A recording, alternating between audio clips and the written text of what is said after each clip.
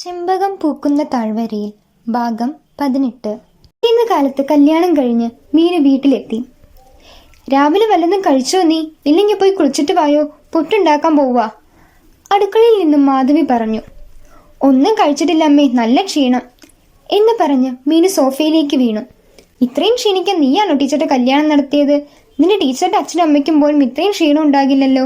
അമ്മ പറഞ്ഞത് കേട്ട് ഹോ, അമ്മയുടെ ഒരു തമാശ, ഒന്ന് ചിരിച്ചേക്കാം എന്ന് പറഞ്ഞ് മീനു മാധവിയെ കളിയാക്കി. ഇവിടെ മീരേച്ചി കുളിക്കുകയാണോ? അവളാ ചെമ്പകത്തേന്റെ അവിടെ കാണും. 2 തൈകൾ കിട്ടിയിട്ടുണ്ടല്ലോ. ഇത്തിരി നേരം കിട്ടി അതിന്റെ ചുവട്ടി തന്നെ.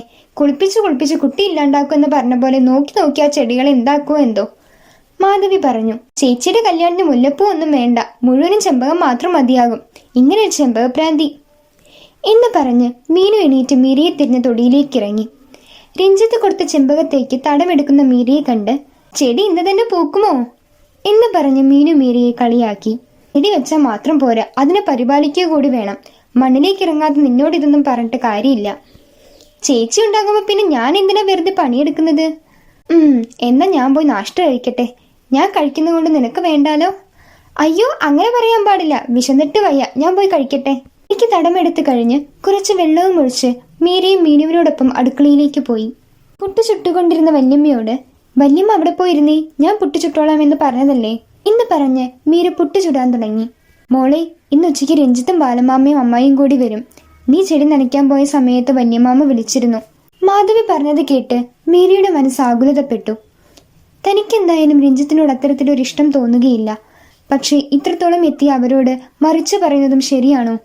മീര ചിന്തിച്ചു. കുളി കഴിഞ്ഞ് മീനുവും എത്തി. മൂവരും ഒരുമിച്ച് ഇരുന്ന് ഭക്ഷണം കഴിച്ചു. മീൻകാരന്റെ നിലവിളി കേട്ടപ്പോൾ നല്ല മീനുണ്ടെങ്കിൽ വാങ്ങിയിട്ട് വരാം എന്ന് പറഞ്ഞ് മാധവി പുറത്തേക്കിറങ്ങി. മീനു TV കാണാനായി സോഫയിൽ പോയിരുന്നു. പിന്നാലെ മീരയും പോയി.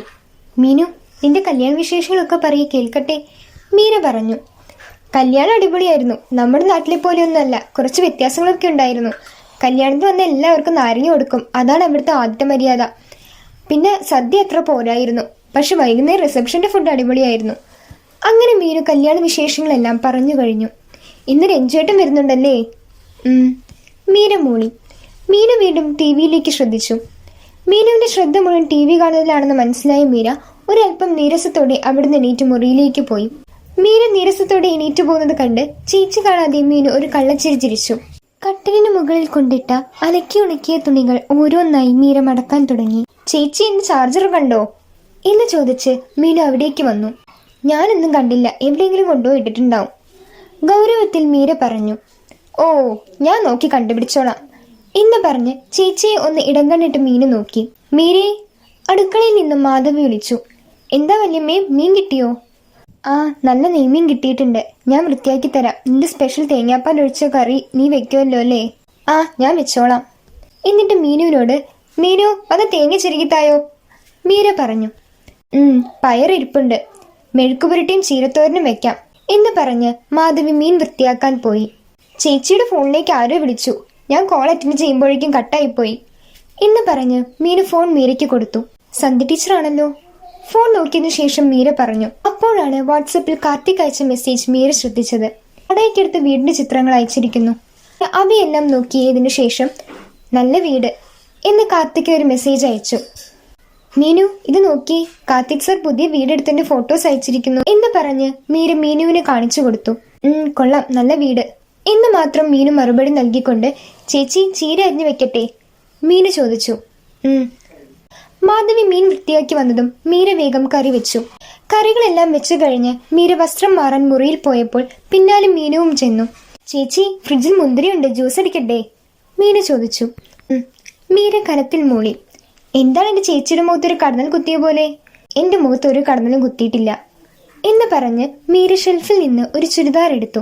എങ്കിലും ഓക്കെ എന്ന് പറഞ്ഞ് മീര ജ്യൂസ് ഉണ്ടാക്കാനായി അടുക്കളയിലേക്ക് പോയി. കുറച്ചു കഴിഞ്ഞതും രഞ്ജിത്തും അച്ഛനും അമ്മയും കൂടി അവിടേക്ക് വന്നു. മോളെ മീരെ, അവർക്ക് ആ ജ്യൂസ് കൊണ്ടുപോയി കൊടുക്കൂ മാധവി പറഞ്ഞു. ഈ ജ്യൂസ് എടുത്ത് എല്ലാവർക്കും കൊടുത്തു. രഞ്ജിത്ത് എത്ര മണിക്കാണ് ഫ്ലൈറ്റ് മീര ചോദിച്ചു. നാളെ രാവിലെ 7 മണിക്കാണ്. വീട്ടിൽ നിന്ന് 4 മണിക്ക് ഇറങ്ങണം. മാധവി, ഇന്നൊരു പെണ്ണുകാണൽ ചടങ്ങായിട്ട് വരണമെന്നായിരുന്നു ഞങ്ങളുടെ ആഗ്രഹം. പക്ഷേ രഞ്ജിത്ത് പറയുന്നത് ഇവൻ പോയി വന്നിട്ട് അത്തരം ചടങ്ങുകളെല്ലാം മതിയെന്നാ. കാരണം ഇതിപ്പോൾ വീട്ടുകാരെടുത്ത തീരുമാനമല്ലേ, ഒരുമിച്ച് ജീവിക്കേണ്ട ഇവർ തമ്മിൽ ഒന്ന് മനസ്സിലാക്കണ്ടേ? അതിന് ഇവർക്ക് സമയം വേണമെന്നാണ് രഞ്ജിത്ത് പറയുന്നത്. ജാതക പൊരുത്തമോ മാതാപിതാക്കളുടെ താല്പര്യമോ അല്ല. ഒരുമിച്ച് ജീവിക്കാൻ ഇവർക്ക് രണ്ടാൾക്കും പൂർണ്ണ സമ്മതം ഉണ്ടായാലേ വിവാഹബന്ധം നല്ല രീതിയിൽ മുന്നോട്ട് പോകൂ. രഞ്ജിത്ത് പറഞ്ഞത് കേട്ടപ്പോൾ അതാണ് ശരിയെന്ന് എനിക്കും തോന്നി. 1 വർഷം ഉണ്ടല്ലോ, ഇവർ തമ്മിൽ തീരുമാനിക്കട്ടെ അല്ലേ മാധവി? മോൾക്കും ഇവനും പെട്ടെന്ന് ഭർത്താവിന്റെ സ്ഥാനത്ത് കാണാൻ ബുദ്ധിമുട്ടുണ്ടാകും. അത് നമ്മൾ മനസ്സിലാക്കണ്ടേ? രഞ്ജിത്തിന്റെ അച്ഛൻ പറയുന്നത് കേട്ട് മീരയ്ക്ക് ആശ്വാസമായി. മനസ്സിലെ ഭാരം അഴിഞ്ഞു വീണതുപോലെ മീരയ്ക്ക് തോന്നി. മീര രഞ്ജിത്തിനെ നന്ദിയോടെ നോക്കി. രഞ്ജിത്ത് ഒരു പുഞ്ചിരിയോടെ മീരയെ നോക്കി കണ്ണുകൾ ഇറുക്കി ചിമ്മി തുറന്നു. ഈ ഭാഗം ഇഷ്ടമായാൽ തീർച്ചയായും ലൈക്ക് ചെയ്യൂ. നിങ്ങളുടെ അഭിപ്രായം കമന്റ് ചെയ്യൂ. കൂടുതൽ വീഡിയോസിനായി ഈ ചാനൽ സബ്സ്ക്രൈബ് ചെയ്യൂ.